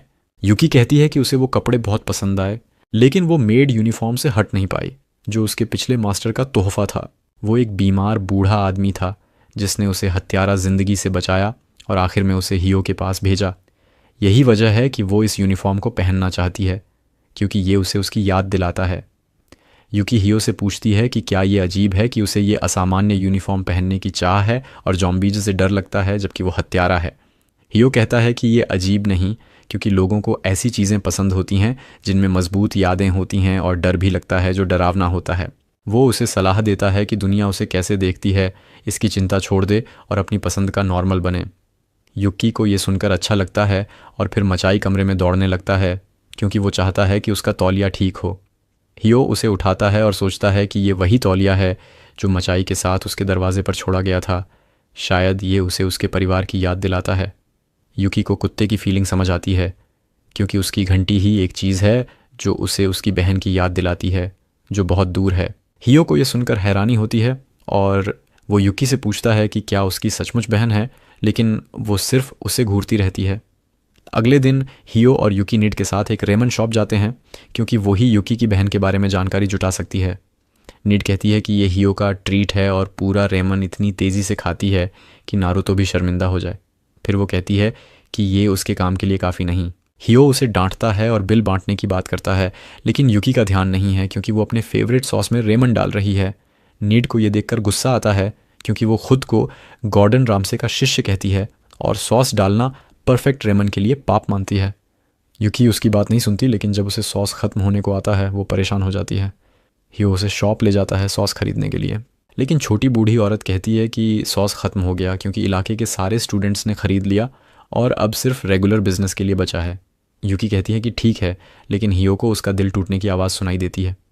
घर लौटते वक्त यूकी बोतल में बची थोड़ी सी सॉस को देखती है और कहती है कि इसे एक हफ्ते तक समझदारी से इस्तेमाल करेगी। हियो उसे इस उदास मूड से निकालना चाहता है और उससे उसकी बहन के बारे में पूछता है। वो पूछता है कि जब वो उससे मिलेगी तो क्या कहेगी। यूकी कहती है कि उसे अपनी बहन का चेहरा भी याद नहीं, क्योंकि उसे छोटी उम्र में परिवार से दूर ले जाया गया और यादें धुंधली हैं। बस इतना पता है कि उनकी माँ ने उन्हें एक जैसी घंटी वाली एक्सेसरी दी थी और वो हमेशा उसे साथ रखती है ताकि बहन को पहचान सके। यूकी कहती है कि उसे अपनी बहन से मिलने का डर है, कहीं वो उसे मन ही मन नफरत ना करती हो। हियो घबराता है और पूछता है कि क्या निड को उसकी तलाश बंद कर देनी चाहिए, लेकिन यूकी कहती है कि डर के बावजूद उसे खुशी होगी अगर उसकी बहन ठीक हो। तभी हियो के दोस्त वहाँ आते हैं और पूछते हैं कि क्या वो दोनों साथ शॉपिंग कर रहे हैं। हियो को उनसे हैरानी होती है। और वो बताते हैं कि वो अपनी फेवरेट सिंगर नाज़का का नया एल्बम खरीदने आए हैं जो जल्दी ही लोकल फेस्टिवल में परफॉर्म करने वाली हैं। अचानक छोटा दोस्त हियो और युकी की नज़दीकी देखकर जलने लगता है और शक जताता है कि हाल ही में हियो से जुड़ी 2 खूबसूरत लड़कियां स्कूल में आई हैं। हाफलिंग को बुरा लगता है कि हियो अब उनके साथ समय नहीं बिताता, लेकिन लंबा दोस्त उसे शांत करता है और कहता है कि कम से कम हियो युकी की वजह से खुश है। वे युकी को बताते हैं कि हियो मिडिल स्कूल में कितना डार्क और एजी था और हियो उन्हें चुप कराने की कोशिश करता है। झगड़े में साइन की गई एल्बम दोस्त के हाथ से गिर जाती है और युकी उसे बचाने के लिए अपना बैग फेंकती है ताकि वो नाले में न जाए, लेकिन इस दौरान उसका सॉस वाला बोतल बैग से निकलकर नीचे गिर जाता है और सारा सॉस बर्बाद हो जाता है, जिससे युकी टूट जाती है। उस रात उसे सपना आता है जिसमें एक बड़ा सॉस बोतल खाली होकर उससे नाराज़ होता है। अगली सुबह हियो उसे उठाने आता है और युकी कहती है कि अब जीने की कोई वजह नहीं बची। हियो उसे तसल्ली देता है कि अगले हफ्ते सॉस खरीद लेंगी और युकी बताती है कि उसे दूसरा सपना भी आया था, लेकिन डिटेल्स नहीं बताती। अगली रात भी युकी को वही डरावना सपना आता है और वो हियो के कमरे में दौड़कर जाती है। उसे डर के मारे अकेले सोने की हिम्मत नहीं होती। हियो घबराता है और कहता है कि उसे आने वाली टेस्ट के लिए रात जागना है, तो वो उसके साथ जागकर उसकी हिम्मत बढ़ाएगा। कॉफ़ी पीते वक्त युकी अचानक कहती है कि हियो का चरित्र बहुत अच्छा है और पूछती है कि क्या उसने कभी किसी से नफ़रत की। हियो सोचता है और कहता है कि नफ़रत नहीं, लेकिन अपने पिता से उसे कुछ बातों की नापसंदगी रही जो फैमिली रिलेशनशिप का हिस्सा है। उसकी बातें युकी को उसकी बहन की याद दिलाती हैं जो कहती थी कि उसे नफ़रत है। वो अपने कमरे में लौट जाती है और कहती है कि वो हियो को डिस्टर्ब कर रही है। सोते वक्त उसे सपना आता है जिसमें खाली सॉस बोतल कहता है कि उसने उसे और अपनी बहन को छोड़ दिया और अब सब उसे नफ़रत करते हैं क्योंकि वो कोल्ड ब्लडेड किलर है। बोतल उसे दिखाता है कि हियो और रिको भी उससे नफ़रत करते हैं। फिर उसका अतीत खोलता है। बचपन में युकी एक जीनियस थी। 7 साल की उम्र में 15 भाषाएं बोल सकती थी। उसकी क्यूटनेस और इंटेलिजेंस की वजह से वो सेलिब्रिटी बनने वाली थी, लेकिन उसे सिर्फ माता पिता को खुश करना था। वे खुशहाल थे, लेकिन 7वें बर्थडे पर एक अनपेक्षित मेहमान आया। सपने में युकी उन्हें रोकने की कोशिश करती है क्योंकि उसे पता है कि बुरा होने वाला है। माता पिता सपने से गायब हो जाते हैं और युकी रोने लगती है क्योंकि बोतल कहता है कि हथियारों ने उन्हें मारा ताकि उसे ले जाएं और उसकी बहन भी इसमें थी। युकी अपने भयानक अतीत से गुजरती है जहां माता पिता की मौत के बाद उसकी भावनाएं ख़त्म हो गईं और वो हत्यारा बनने की ट्रेनिंग में चली गई। जब बहन को ये पता चला, उसने युकी से नफ़रत जताई और माँ की दी हुई घंटी फेंक दी। आवाज़ बार बार कहता है कि उसे हत्यारा ही रहना है क्योंकि यही उसका मकसद है। युकी खोई खोई महसूस करती है। तभी आवाज़ उसके टीचर की बन जाती है और वो उसे सामने पाती है जो उसे काम पर लौटने को कहता है। अचानक युकी जागती है जब हियो उसका नाम पुकारता है। वो पूछता है कि क्या वो ठीक है, क्योंकि उसे सोते वक्त उसकी आहें सुनाई दी। वो अचानक उसे ज़ोर से गले लगा लेती है और बिस्तर पर खींच लेती है। हियो कांपने लगता है क्योंकि ये सिमुलेशन उसके लिए बहुत है। युकी माफ़ी मांगती है कि वो ज़ोर डाली, लेकिन कहती है कि उसे ऐसा करने दो क्योंकि उसे इसकी ज़रूरत है। हियो महसूस करता है कि वो डर से कांप रही है और पूछता है कि क्या उसे बुरा सपना आया। युकी मानती है और कहती है कि ये अतीत का सपना था जिसके बारे में बात नहीं करना है। हियो अचानक उसकी पीठ थपथपाने लगता है जैसे उसकी माँ उसे डर से बचाती थी और ये युकी को सोने में मदद करता है। अगले दिन स्कूल में हियो के दोस्त हैरान होते हैं जब युकी उनसे आने वाले फेस्टिवल के बारे में पूछती हैं। वे पूछते हैं कि उसे मशहूर कात्सुडा फेस्टिवल कैसे नहीं पता, जो स्कूल का बड़ा ट्रेडिशन है। इसमें म्यूज़िक, स्पोर्ट्स और कल्चरल फेस्टिवल शामिल हैं जिसमें सभी क्लास हिस्सा लेते हैं और विजेता को खास कात्सुडा सॉस मिलता है। युकी सॉस सुनकर लार टपकाने लगती है, लेकिन दोस्त कहते हैं कि फ्रेशमैन होने की वजह से उन्हें शायद पोडियम भी न मिले। वे कहते हैं कि कल्चरल फेस्टिवल रिजल्ट में सबसे महत्वपूर्ण है और एग्ज़ाम के मार्क्स भी गिने जाते हैं। इस पर हियो युकी से उसकी हाल की टेस्ट के बारे में पूछता है और वो दिखाती है कि उसे 42 मार्क्स मिले, जो पासिंग ग्रेड से थोड़ा ऊपर है। वो इससे गर्वित है, लेकिन जब उसे पता चलता है कि क्लास का औसत मार्क्स भी फेस्टिवल में गिना जाता है, वो डर जाती है कि वो अकेले क्लास का औसत गिरा देगी। हियो उसे शांत करता है और कहता है कि पास होना ही काफ़ी है। बाद में हियो और युकी निट से मिलते हैं और अपनी वीकली कात्सुडा ब्रेड की कोटा लेते हैं। युकी निट का शुक्रिया अदा करती है क्योंकि उसे पूरे हफ्ते सॉस की कमी खल रही थी। निट कहती है कि इसके लिए उन्हें उसका काम मुफ्त करना होगा और ब्रेड डील खत्म होगी, लेकिन युकी इसके लिए तैयार है क्योंकि उसे फेस्टिवल जीतना और सॉस चाहिए। अचानक हवा का झोंका आता है और निट देखती है कि युकी का नाम टेस्ट में लिखा है। वो हैरान होती है कि ये कैसे हुआ, लेकिन हियो सॉल गुडमैन बनकर कहता है कि नाम पहले से था, बस निट ने नहीं देखा। निट समझ जाती है कि उसे चकमा दे दिया गया और इस बार हियो को जाने देती है। निट जाने के बाद हियो युकी से पूछता है कि उसने क्या किया और वो कहती है कि ये उसका काम नहीं, नाम लिखने वाली दीवार के पीछे छिपी है। युकी उसे धन्यवाद देने जाती है गुलाबी बालों वाली लड़की नाका वही है जो बाजार में उन्हें देख रही थी। वो लाल हो जाती है जब यूकी पास आती है। वो हकलाती है लेकिन खुद को उनकी क्लासमेट बताती है और यूकी को कहती है कि उसे फेस्टिवल जीतने का तरीका पता है। असल में नाका हिकागे फैमिली की वंशज है जिन्होंने पीढ़ियों से मार्शल आर्ट्स सिखाए हैं। नाका अभी अपनी स्किल्स सीख रही है जिसकी देखरेख उसका बड़ा भाई ताका करता है। वो बाहर से सख्त है लेकिन अंदर से बहन की बहुत परवाह करता है। वो स्कूल का स्टूडेंट काउंसिल प्रेसिडेंट भी है जहाँ हियो पढ़ता है और वो युक्की से खासा सावधान है क्योंकि वो नाका की क्लास में है और उसका बैकग्राउंड रहस्यमयी है। वो सोचता है कि युकी उसकी बहन के लिए ख़तरा हो सकती है, इसलिए उसकी जांच करने का फ़ैसला करता है। इस बीच स्कूल फेस्टिवल शुरू हो जाता है और हियो की क्लास का थीम एनिमल कैफ़े है।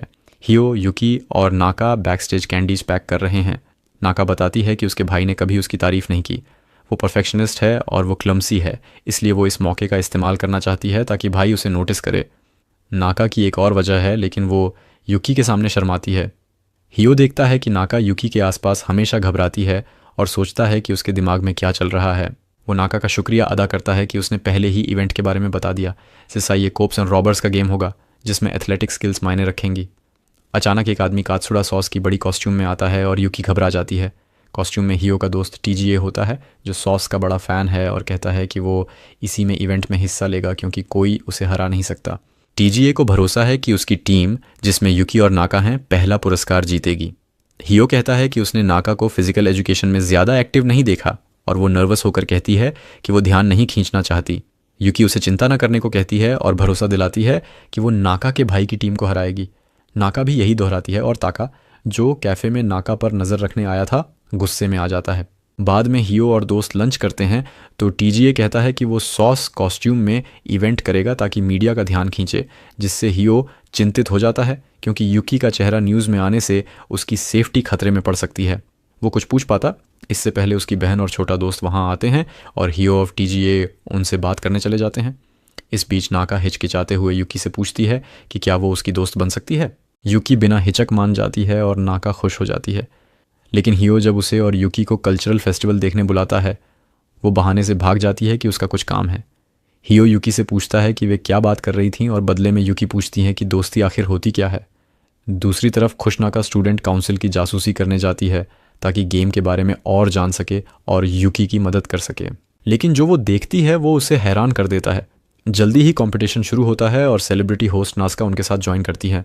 उनका पार्टनर बताता है कि मुख्य इवेंट एक वर्सेस 3 का टैग गेम है जिसमें स्टूडेंट काउंसिल प्रेसिडेंट ताका को 3 स्टूडेंट्स को पकड़ना है। अगर कोई भाग जाए तो उनकी टीम जीत जाती है। लेकिन गेम को रोचक बनाने के लिए सभी को क्लास के थीम से मेल खाते यूनिफॉर्म पहनने होंगे।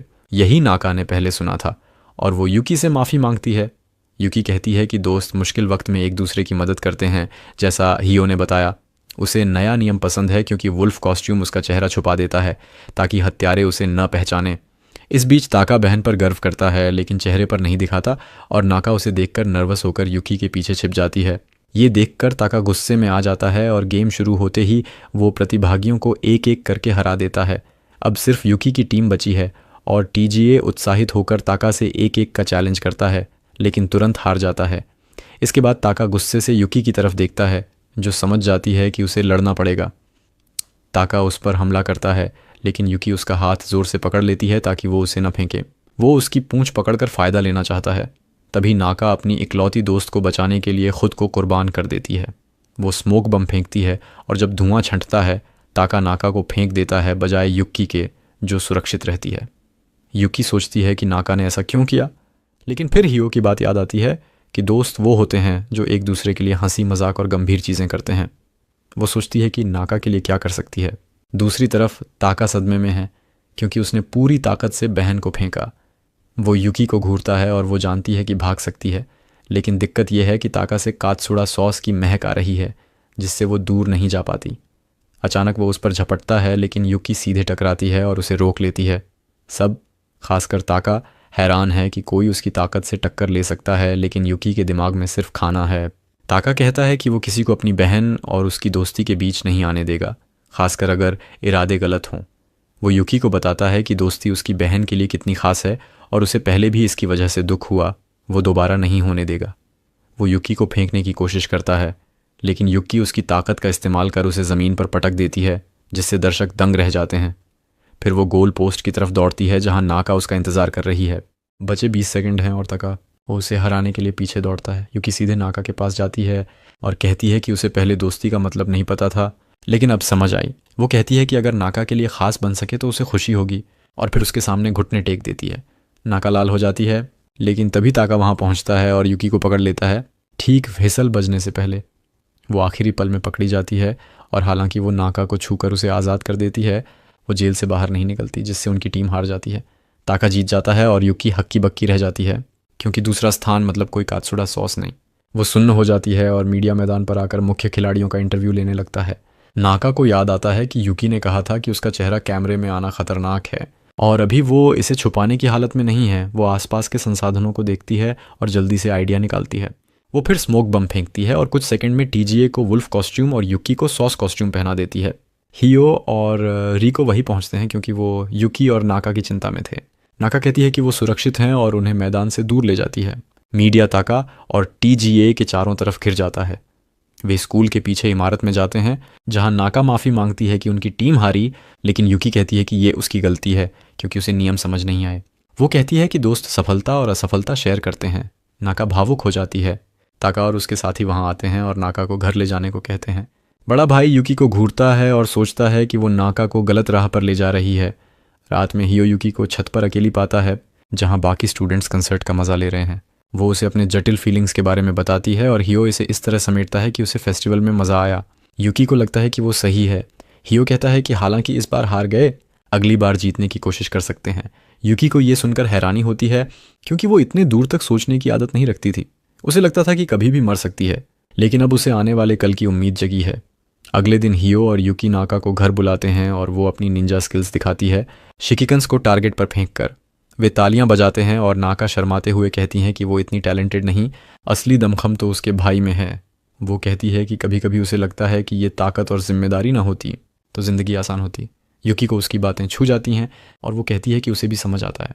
वो भी नॉर्मल बनना चाहती है और वे अपनी साझी ख्वाहिशों पर बंधने लगते हैं। जबकि हियो मुस्कुराता है, तभी नेट पीछे से आती है और कहती है कि हियो अब अपने हारेम का रास्ता बना रहा है जिसमें 2 क्यूट लड़कियां हैं। वो खुद को तीसरा ऑप्शन बताती है और हियो घबरा जाता है। उधर यूकी नाका को चाकू फेंकने की स्किल दिखाती है और निड हियो से चिपक कर पूछती है कि क्या वो उसे छूना चाहेगा। अगले ही पल यूकी का चाकू निड की लॉलीपॉप तोड़ देता है। वो माफ़ी मांगती है कि हाथ फिसल गया और वो पेड़ पर निशाना लगाने की कोशिश कर रही थी। निड गुस्से और डर में है, लेकिन खुलकर कुछ नहीं कहती। वो सिर्फ यूकी को सावधान रहने को कहती है कि अगर वो उसे मार देगी तो उसकी बहन की जानकारी नहीं मिलेगी।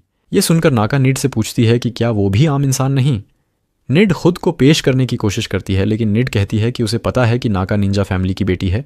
वो जानकारी इकट्ठा करके बेचने वाली है और नाका का चेहरा पकड़कर कहती है कि उसे पता है कि यूकी का नाम टेस्ट में उसने लिखा था। नाका डर जाती है, लेकिन निड को यूकी की हत्या भरी नज़र देखकर वो पीछे हट जाती है।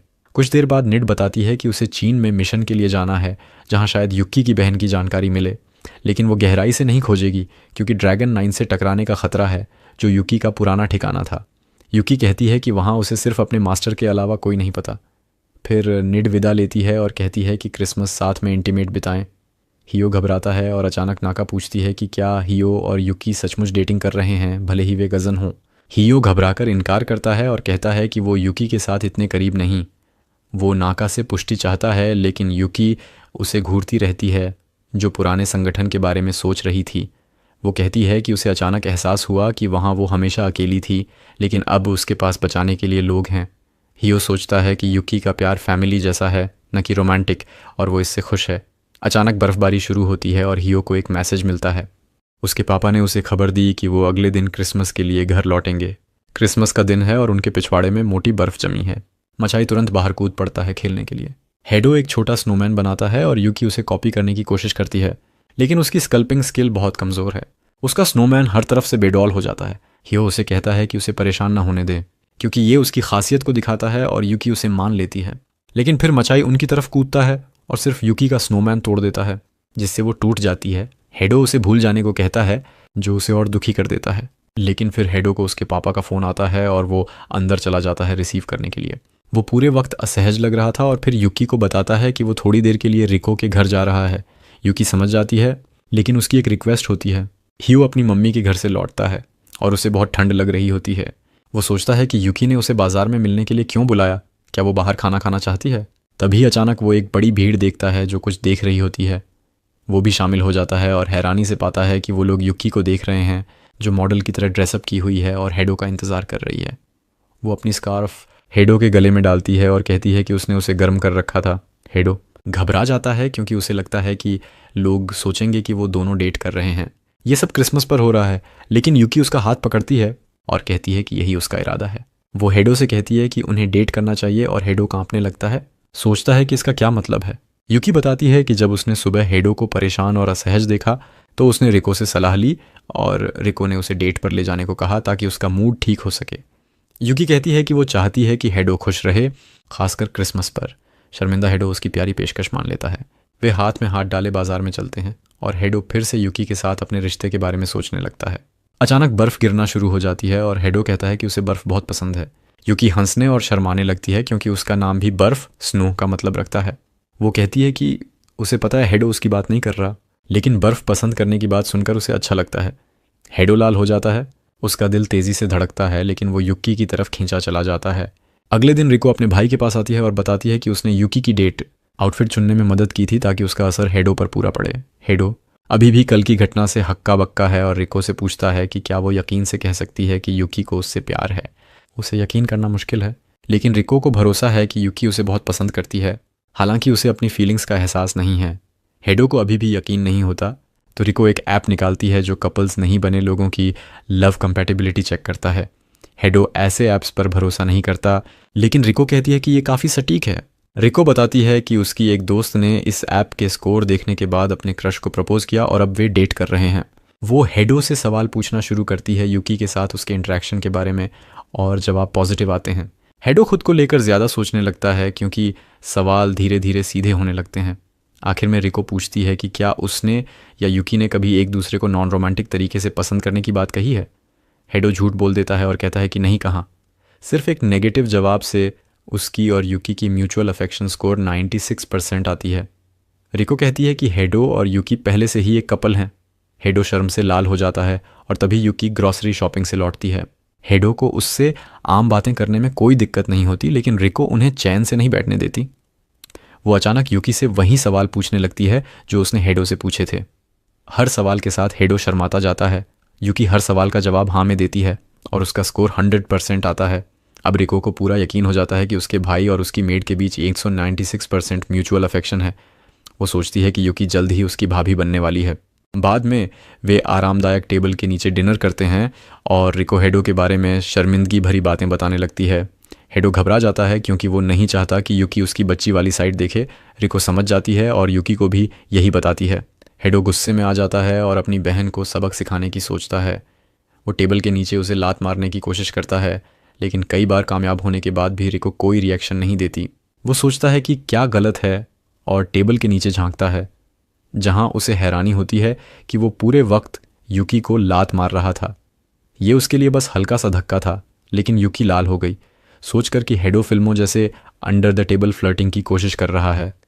हेडो भी घबरा जाता है जब उसे पता चलता है कि वो पिछले 5 मिनट से क्या कर रहा था। दोनों के लाल होने पर रिको घोषणा करती है कि ये दोनों लव बर्ड्स के बीच कोई सीक्रेट ज़रूर है।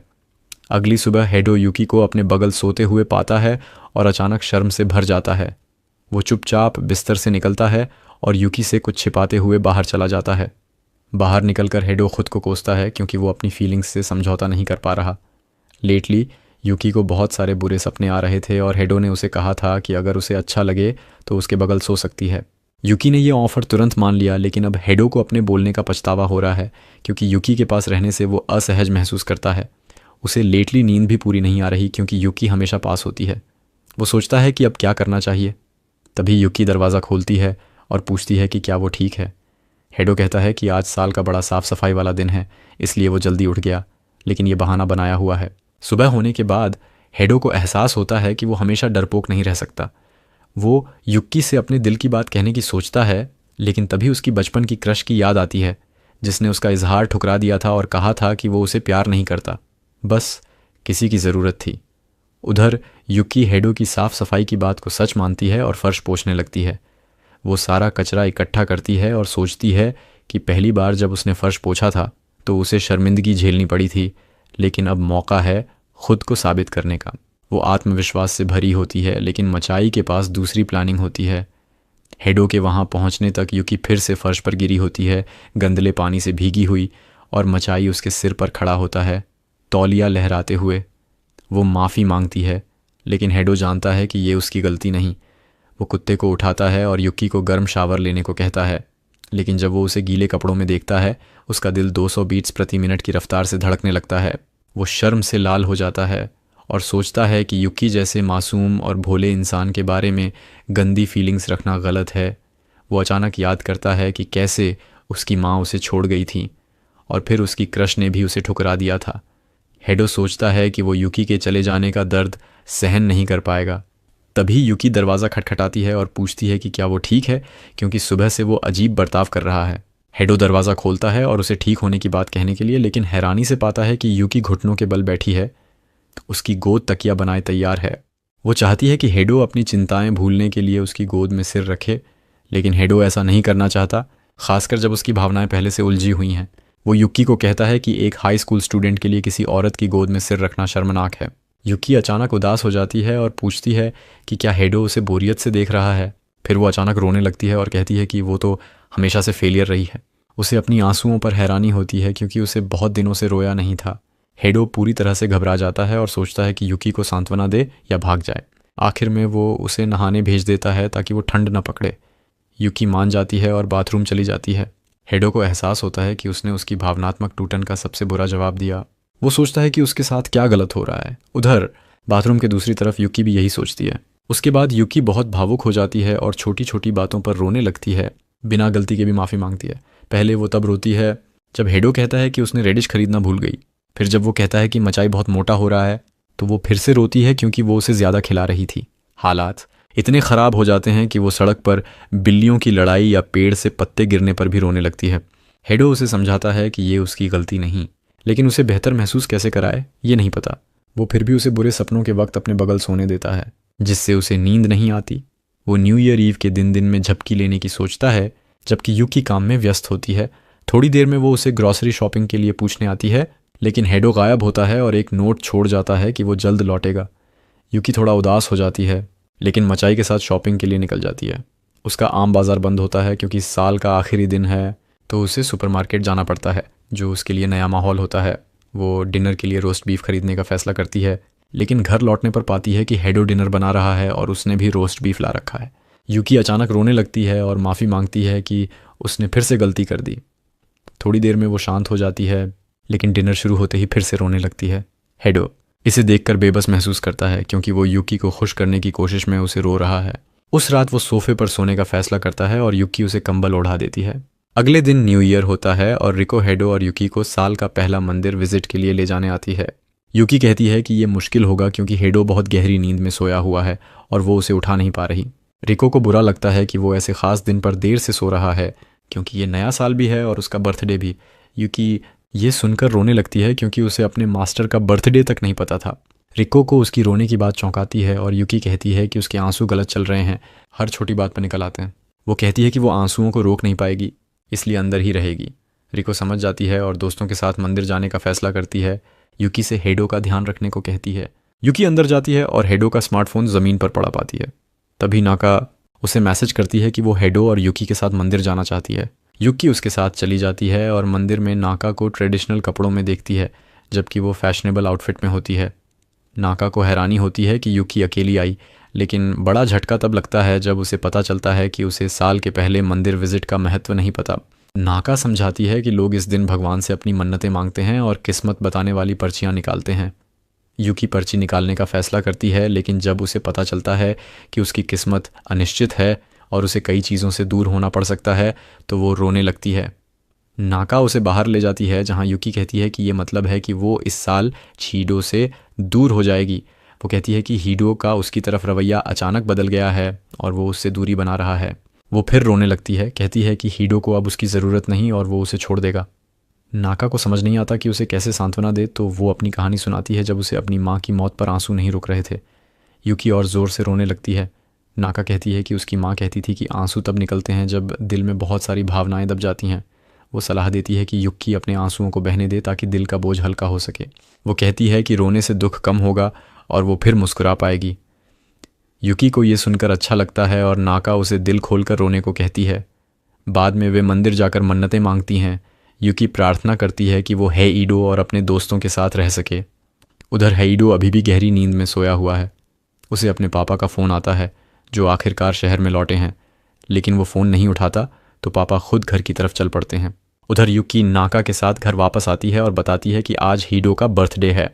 नाका को एक्साइटमेंट होता है और वो युकी को अच्छा गिफ्ट लाने की सलाह देती है ताकि वो उसे अकेले में दे सके। युकी को समझ नहीं आता कि क्या दे, तो नाका पूछती है कि हीडो को क्या पसंद है। युकी का पहला ख्याल कत्सुदा स्टोर का पोर्क कटलेट होता है, लेकिन नाका कहती है कि ये बर्थडे गिफ्ट के लिए ख़ास नहीं है। युकी सोचती है और उसे एहसास होता है कि हीडो को एक्शन फिगर्स पसंद हैं, लेकिन वो नहीं जानती कि इन्हें एक्शन फिगर्स कहते हैं, और नाका को बताती है कि उसे डॉल्स पसंद हैं। लकीली नाका स्मार्ट होती है और उसे एक्शन फिगर स्टोर तक ले जाती है। युकी को एक खिलौना दिखता है जो हेडो के पास पहले से है और वो उसे लेने की सोचती है, लेकिन नाका कहती है कि ये लॉटरी जैसा है और उसे कोशिश जारी रखनी होगी। युकी मेहनत शुरू करती है, लेकिन कुछ राउंड्स के बाद उसे सिर्फ शाइनी खिलौने मिलते हैं, न कि लुकारियो जैसा टूटा हुआ। वो रोने लगती है सोचकर कि वो कुछ सही नहीं कर पाती। नाका उसे शांत करने की कोशिश करती है। तभी एक अंकल वहाँ आता है और युकी से पूछता है कि क्या वो एक स्पेल सीखना चाहती है ताकि सही खिलौना मिले। युकी को जिज्ञासा होती है और अंकल कहता है कि पहले उसे आंसू छोड़ने चाहिए क्योंकि उनमें बुरे आत्माएं रहती हैं जो आत्मविश्वास खा जाती हैं। वो बिना दवाओं के जैसे बोलता है और कहता है कि उसे दृढ़ संकल्प और मारने की चाहत रखनी होगी ताकि मशीन उसकी माने। युकी इतनी बेकरार होती है कि वो उसे मान लेती है और मशीन को धमकी देती है कि अगर इस बार सही खिलौना नहीं मिला तो उसे तोड़ देगी। नाका और अंकल उसकी तीव्रता से हैरान होते हैं, लेकिन हैरानी की बात यह है कि ये ट्रिक काम कर जाती है और उसे लुकारियो मिल जाता है। युकी खुशी से झूम उठती है और अंकल का शुक्रिया अदा करती है।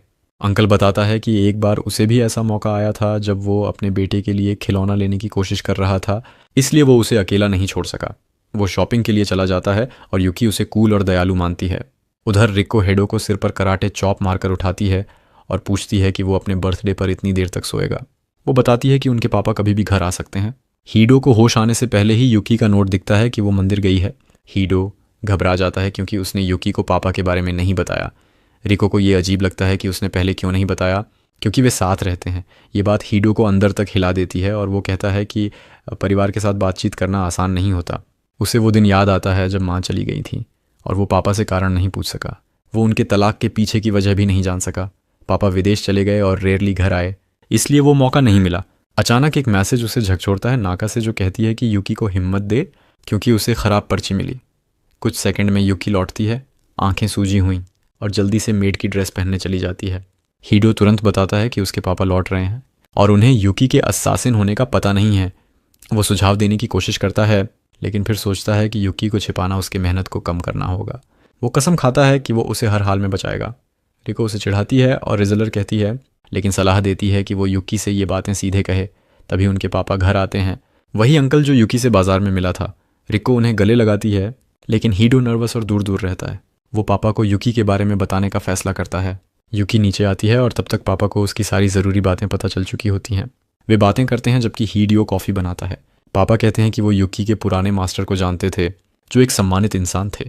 वो बताते हैं कि कैसे युकी के पुराने मास्टर ने उनसे उसकी देखभाल करने को कहा था। हीडियो चुपचाप सुनता है और लगता है कि वो फिर से तलाक के वक्त की तरह अकेला पड़ गया है। उसे एहसास होता है कि वो हमेशा दूसरों के बारे में अनुमान लगाता है, कभी सच नहीं जानने की कोशिश नहीं करता। उधर पापा युकी से बात ख़त्म करके रिको के घर जाने की सोचते हैं। रिको कहती है कि वो हीडो के बर्थडे सेलिब्रेट करने के लिए रुकें, लेकिन पापा कहते हैं कि हीडो को बर्थडे पसंद नहीं। वो उसे 16 साल का होने की बधाई देते हैं और पापा माँ की तरफ से गिफ्ट देते हैं। फिर वो मीटिंग के लिए विदेश लौटने की बात कहते हैं, जिससे हीडो को लगता है कि फिर से पापा से खुलकर बात नहीं हो पाएगी। पापा और रिको कैब में बैठते हैं, लेकिन हीडो हिम्मत जुटाता है और कैब का दरवाज़ा पकड़ लेता है। वो पापा से पूछता है कि क्या युकी यहाँ रह सकती है। पापा उसे घूरते हैं और पूछते हैं कि वो क्या करना चाहता है। हीडो कहता है कि वो युकी को अपने साथ रखना चाहता है। पापा कहते हैं कि वो अपने फैसले पर कायम रहे और माँ को समझा देंगे। वो चले जाते हैं और हीडो को अच्छा लगता है कि पहली बार वो पापा से कुछ कह पाया। पीछे युकी खुश हो रही होती है क्योंकि हीडो ने कहा कि वो उसे साथ रखना चाहता है। सूरज डूबने लगता है और युकी उसे बर्थडे की बधाई देती है। वो उसे एक्शन फिगर गिफ्ट करती है, लेकिन हैरानी से पाती है कि उसे कसकर पकड़ने से वो टूट गया। वो फिर रोने वाली होती है, लेकिन हीडो अब उसकी फीलिंग्स समझता है। उसे एहसास होता है कि युकी कितनी तनाव में रही होगी जब वो ईमानदारी से बात करने से बच रहा था। वो अब ऐसा नहीं करना चाहता और अपने दिल की बात कहता है। वो बताता है कि ये एक्शन फिगर उसकी पसंदीदा सीरीज़ का है, जो बचपन में था जब उसके माता पिता साथ थे। वो अपनी असुरक्षाओं और पापा से दूरी के बारे में बताता है, सोचता है कि क्या वो रिश्ता सुधार सकता है। हीडो कहता है कि वो नहीं चाहता कि युकी के साथ उसका रिश्ता कम्युनिकेशन की कमी से ख़राब हो, इसलिए वो परिवार की तरह सब कुछ शेयर करना चाहता है। युकी को ये सुनकर अपने परिवार की याद आती है और वो फिर रोने लगती है, लेकिन ये खुशी के आंसू हैं। वो हीडो से पूछती है कि क्या वो सच में उसका परिवार बन सकती है। हीडो बेसब्री से जवाब का इंतज़ार करता है और कहता है कि सिर्फ वो ही ऐसा कर सकती है क्योंकि वो उसे पसंद करता है। जब युकी कहती है कि वो भी उसे पसंद करती है तो हीडो को उसमें रोमांस का एहसास नहीं होता और वो रोने लगता है। वो कमरे में लौटता है और सोचता है कि इतनी हिम्मत जुटाने के बाद भी उसे दिल टूटने का दुख मिला, लेकिन वो ये भूल जाता है कि युकी दिल के मामलों में धीरे सीखती है। उधर वो किचन में गोभी काट रही होती है, तभी हीडो का इजहार उसके दिमाग में आता है। वो उसकी मुस्कान को बार बार याद करती है और अचानक दिल पकड़ लेती है, क्योंकि अंदर कुछ नई फीलिंग्स जाग रही होती हैं।